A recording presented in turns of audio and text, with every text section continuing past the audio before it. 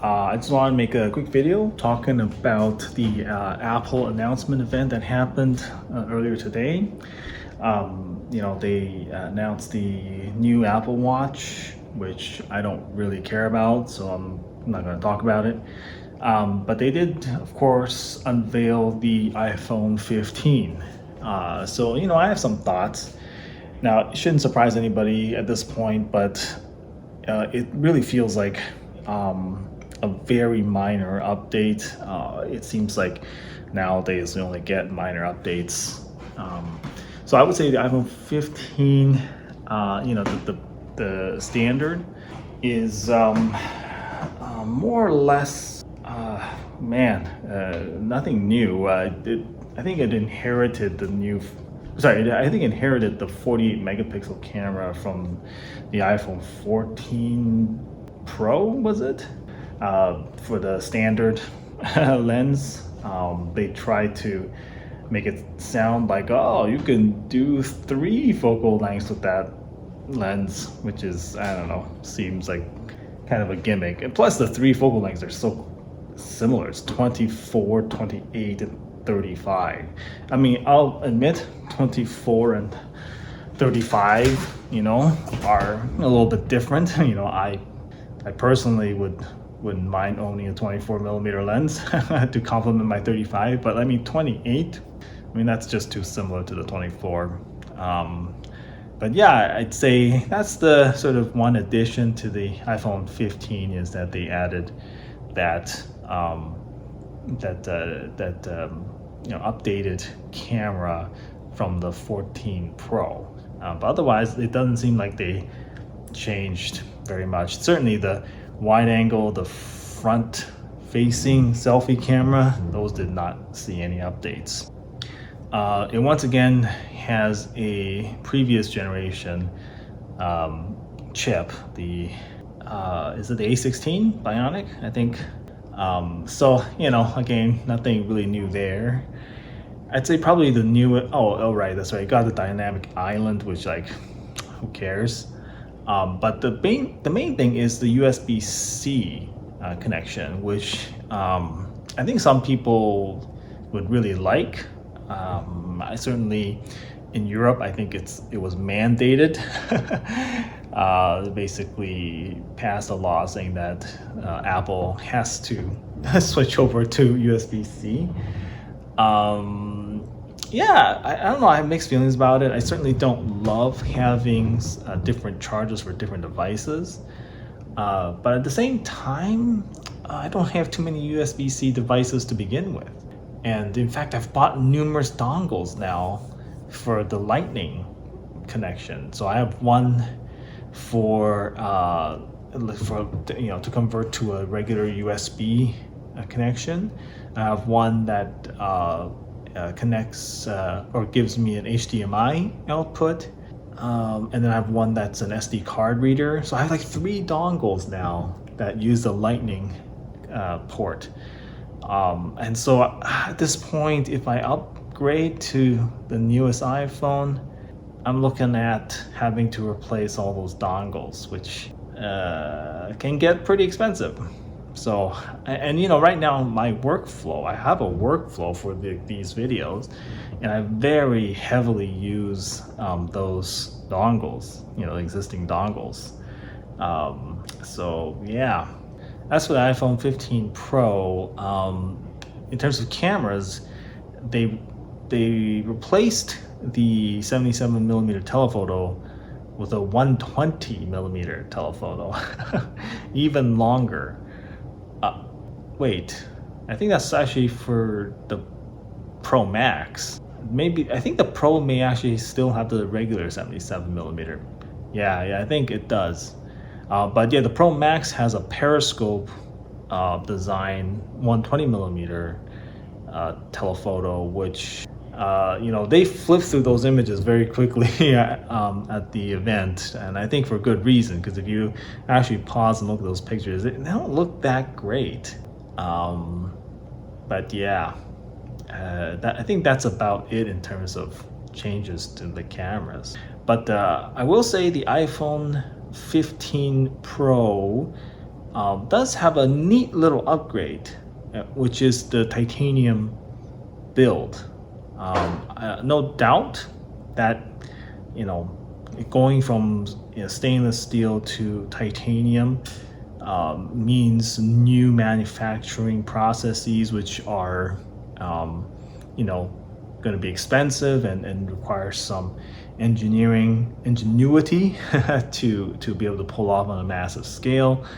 So these things are not minor, but that said, for the user experience, it must seem very minor. Like, I get that, it's a brushed titanium rather than like this glistening stainless steel case, or I should say enclosure. But like, at the end of the day, it's just like the border around the phone. That's it. It's just this border around the phone. It's like a tiny part of the phone that nobody ever thinks about. And I think that's just not a reason that anybody's going to upgrade. Now, that said, they did say the weight has gone down because of the titanium rather than stainless steel. So maybe the weight savings is enough to make it worthwhile. I don't know. I'll have to see. I have to hold it in my hands. As for, another thing that I'm really happy about is the fact that you no longer need to select cinematic mode. You no longer have to select portrait mode, when you're taking photos on the new phones, which is great because I must admit, I think it's a neat little trick that these phones can do artificial shallow depth of field, but I always forget to change the camera setting to portrait mode. So the fact that it's automatic is huge. I think that makes a big difference. And I think that alone is a good reason to upgrade. I don't know if it's that great or that compelling a reason, but it's a good enough reason, I suppose. Who knows? It sounds almost like a software thing. Maybe it's coming with the new iOS 17 to all phones. I don't know. But yeah, I do appreciate that. Of course, it doesn't come to the cinematic video mode, but I'm okay with that because I imagine that the computation required is significant. It's fine. As for other changes, so the iPhone 15 Pro did away with the switch, the silence switch, and replaced it with what they call the action button. I'm not sure I like it. I know that, it offers a little bit of customizability and you can set that to something else, but I think the silent switch is useful enough that I probably wouldn't ever change it to something else. And the fact that it's a button is definitely worse than a switch, because with a switch, I don't even have to look at my phone. I don't have to pull my phone out of my pocket to know if it's on silent or not, because I can feel which way the switch is flipped to just with my finger, and I'll know if it's on silent or not. But with a button, you can't tell. You'd have to pull the phone out, look at it to be able to say, oh, it's on silent. So that is a definite downgrade. Oh man, that's a downgrade. It's terrible, actually. It kind of makes me not want to get the Pro. The sad thing, of course, is that we know that this trickle-down effect means that it'll likely come to future baseline iPhones too, and what a terrible decision. Something else that they focused on with iPhone 15 Pro is the A17 Pro processor, which looks like it's got some good gaming performance. I will say though, I don't really play games on my iPhone, but I think many people do, and I think the fact that they are releasing Resident Evil Village and Resident Evil 4 and Assassin's Creed on iPhone, it's probably the start of something cool and significant. Uh, basically they're signaling that you can use your phone almost like a Steam Deck. And I think that's quite interesting. I'd love to see where this is going. And because iPhones generally have such great power efficiency, it could mean very good battery life, which is historically one of the weaknesses of mobile platforms like the Steam Deck and the ROG Ally. However, I will say that their their demo was a little bit flawed. They showed off ray tracing and like, come on, you probably showed like some of the worst examples of ray tracing ever. Like you could barely tell the difference between non-ray traced and ray traced, renderings. I think they could have chosen a much better example. I think that's one of the rare Apple foibles, at these keynotes or announcements. They're usually so polished and they do such a good job, but the demonstration of ray tracing was terrible. But I will admit that as somebody who was interested in ray tracing, I have a 2070 on my gaming laptop. I want to see ray tracing, but having tried it, I will say that in the vast majority of cases, ray tracing makes negligible difference. And so it's kind of true to life what they showed. But the thing is, there are definitely environments where ray tracing makes a difference. And the best example I can think of is, I can remember in Cyberpunk 2077, there's one time when like you're sitting in a room and there's like, lights coming in through the blinds, and there's some lights inside the room. There was a huge difference between ray traced and non-ray traced renderings of that environment. So it looks almost completely different, right? The two scenes. And so something like that would have been a better demonstration of ray tracing. I'm not saying that they use Cyberpunk 2077, but I mean an environment like that would have shown more significant differences between ray tracing and non-ray tracing. But that said, still at the end of the day, I don't generally find that ray tracing necessarily improves the look of environments. It makes it different. That's it. It just makes it different. As long as you have very strong artistic design, and have good artists behind the design of that environment, it still ends up looking very good.